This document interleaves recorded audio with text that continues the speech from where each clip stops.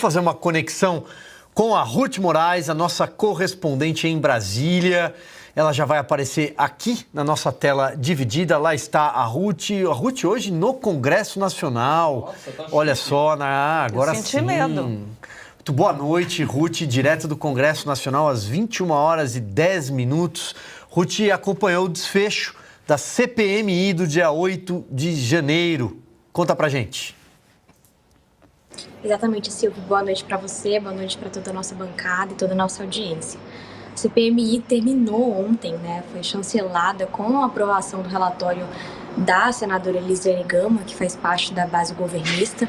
Então, um relatório que possui mais de 1.300 páginas, ele foi aprovado por 20 votos contra 11. O documento pede o indiciamento do ex-presidente Jair Bolsonaro por atentado, contra o Estado Democrático de Direito e outros crimes que ela elenca, além de outras 60 pessoas, entre elas 8 generais, 5 ex-ministros do ex-presidente, da deputada federal Carla Zambelli, de nomes como o tenente-coronel Mauro Cid, que eram muito próximos do ex-presidente Jair Bolsonaro. Só que o relatório da senadora isenta o general Dias de qualquer pedido de indiciamento.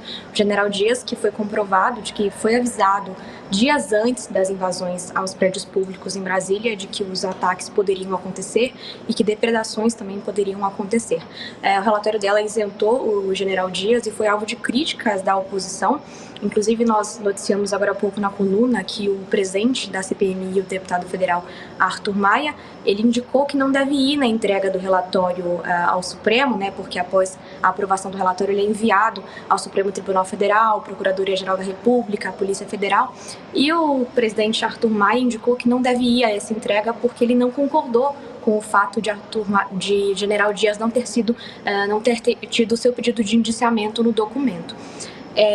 E falando aqui sobre o final dessas investigações que duraram 4 meses, nós podemos aqui elencar algumas situações, algumas questões que a CPI não investigou, como, por exemplo, a atuação da Força Nacional no dia 8. Vale lembrar aqui que foi colocado em pauta um requerimento para ouvir o comandante Sandro Queiroz, que comandava um dos batalhões da Força Nacional no dia 8, só que o requerimento foi rejeitado, e outros nomes também de comandantes, tanto do comandante-geral quanto de comandantes de batalhões da Força Nacional, que sequer foram colocados em pauta. Além disso, as imagens do Palácio da Justiça do dia 8 de janeiro, que foi aprovada pela CPI para que o Ministério da Justiça enviasse essas gravações, as gravações, a maioria delas não chegou, Então, o ministro Flávio Dino disse que as imagens foram apagadas e enviou apenas 4 gravações, e na maioria das gravações que eram apenas da área externa do Palácio da Justiça.